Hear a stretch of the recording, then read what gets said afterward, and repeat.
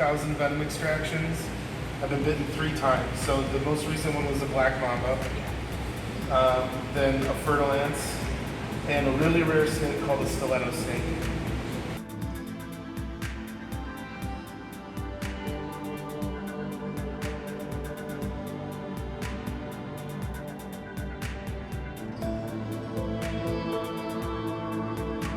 Snake. He's little. Yeah, he does look like a little. He's small. But you can't grab them because their Yeah. fangs, fly right in the side. You like telling that story of Nate's stiletto bite. You still. I don't like that story. So they're called that because their fangs stick out all the time. They can't retract them into their mouth.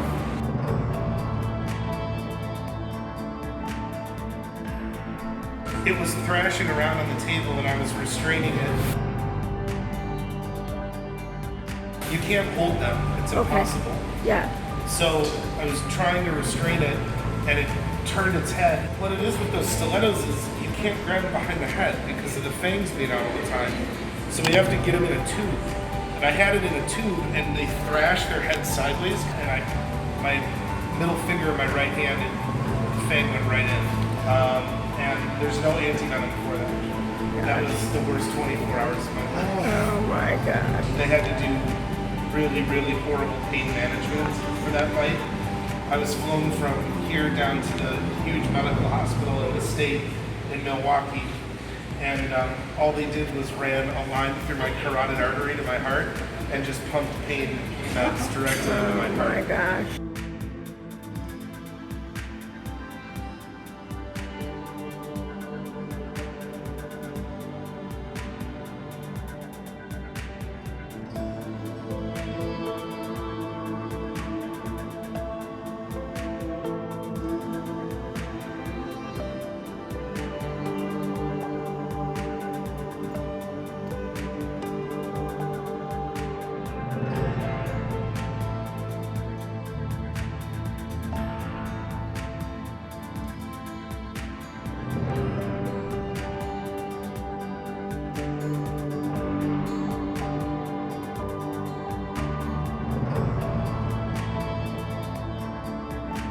They evolved to go into a burrow with a bunch of little babies of whatever rodents, you know. Yeah. Their fangs are always out, and they just thrash their head and kill everything in the hole. Oh. They kill everything. Oh my That gosh. was the worst 24 hours of my life. Oh my gosh.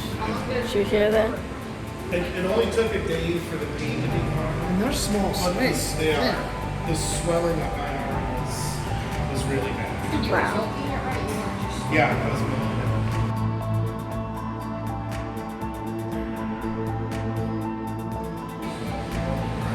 It was a small specimen. It was only about this long. And I was using a snake hook, but it wasn't long enough. And it should have been, from all of my experience, a long enough snake hook. So I'm moving the snake.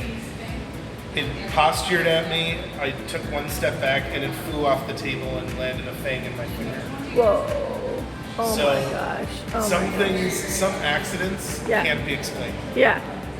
That snake did something I've never seen a fer-de-lance do. Right. And I've worked with hundreds and hundreds and hundreds of them. Amazing. And so Just the speed, with the sheer speed. It it must have been flew like, itself through the air. And it left, like if this was the table, yeah, it left from the table and got me all the way back here. unbelievable. So So fast. So fast. incredibly fast. So what happens next? You just go straight away to the I didn't hospital. get anti-venom. I didn't. Oh, you didn't? No. You don't need it for a fer-de-lance, No, right? you do. Yeah. But there was only a very small amount of venom. It swelled my hand up really Right. bad. But that was it. Amazing. There's no mark. There's no nothing. Well, I guess there's that little black spot right there. That was it. Amazing. Guys. Yeah, before mantises and before my dog, we Yeah. had a ton of butterflies and moths. Yeah. Different kinds of venomous things that you did when Emily came. Yes. We're just showing you more. Emily's gonna be like, I need to come right back again. I Yeah, watched she Luke's wa- video.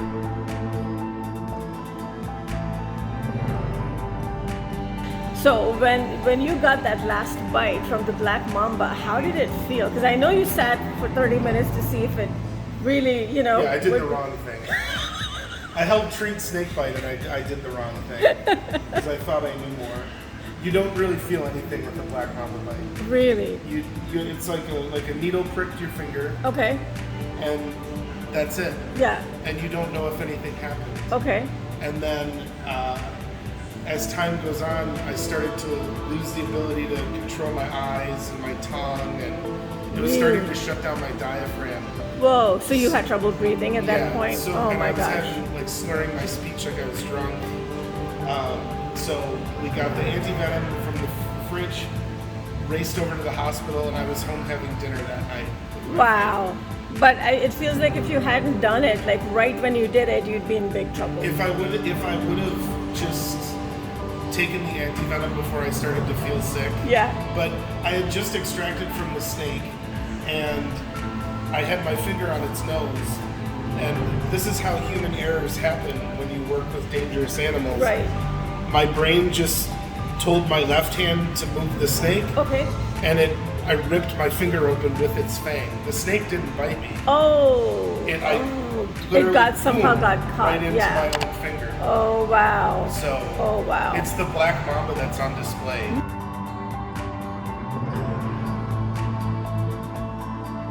They died. Surprisingly, they're all in little delis. What's that? They're all in little deli cups, and one managed to escape. You would not get it on my shoulders. Oh, that's our loose one. Yep. Finally moved. Yeah, so Look at the stinger. They're very prevalent. They're all over. Did you see the stinger? Yeah. And then I think you guys know from yesterday, but the voltage doesn't hurt them. No. It just stimulates the venom out. But you sure need a steady hand. Now they're used to this. Pretty much. They also get breaks like the snakes do. Yeah. How many days did they get? 2 That's weeks. one drop. 2 weeks at the least. Yeah, we don't usually fill as many orders for the invertebrate venom as we do. So they get longer breaks in between. So they can get in their clothing, they can get stepped on when they're out walking at night. Middle Eastern. I don't know. So this venom extraction is mostly is going where, Luke? This is mostly, I think, going to anti-venom and... Oh, and you just suck it up like that?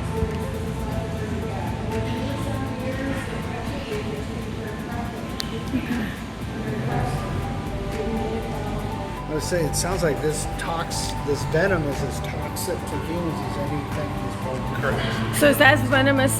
So that droplet is as venomous as a snake's toxin, In a depending lot on of the ways, snakes. yes. And it's technically it's deadly to children. Just It's smaller to physical small bodies. kids, and that's the Arizona bark scorpion. Yeah.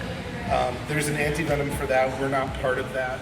We don't provide for it, but it's the only scorpion you need anti-venom for in the United States. Am I recording? Yes.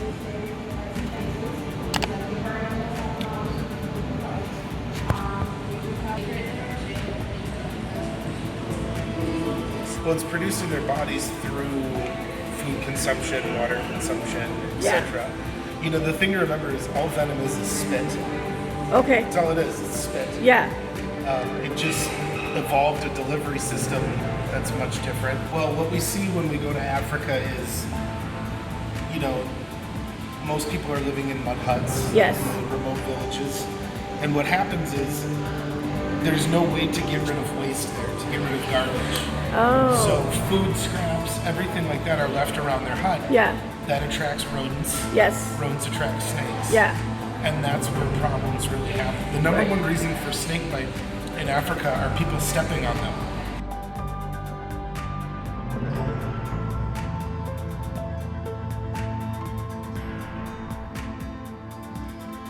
The number of people that roll over, you know, they're sleeping on the dirt floor. Yes. And so the snakes are coming into their huts and looking for rodents. Okay.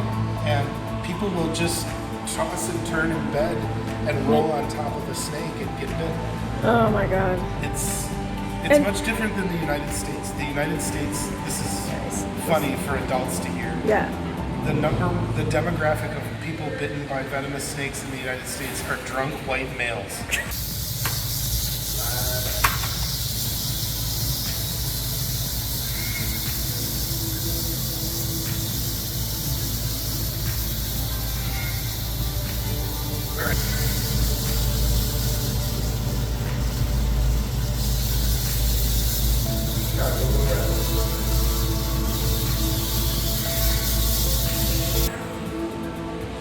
That's for poison control. So it's drunk white guys trying to kill the snakes. Right. Typically is how they're bitten, Right. rather than just walking away.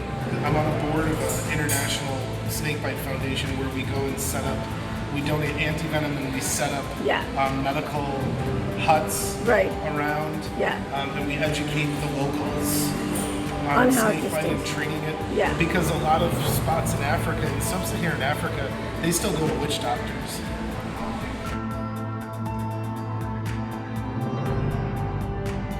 There's polyvalent antivenom, which means we take venom from several different species and make it one drug. Oh. Because in Africa, people can't tell what they were bitten by. Same thing in wondering. the United States, we have one drug for rattlesnake bites Okay. and cottonmouths and copperheads. Right. Just one drug that treats all of those. So there's a different venom lab that provides venom specifically for dogs and cats that have been bitten by snakes. Different. The manufacturing practices are different because it doesn't have to be an FDA approved drug.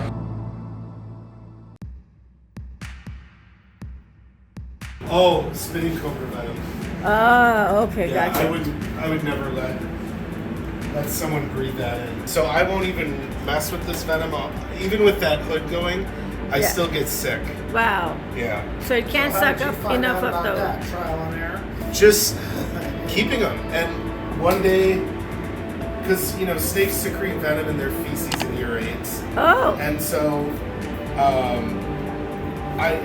it gets powderized, and I was working with those, and one day I opened the tub and I started like welling up, like I was crying, Right.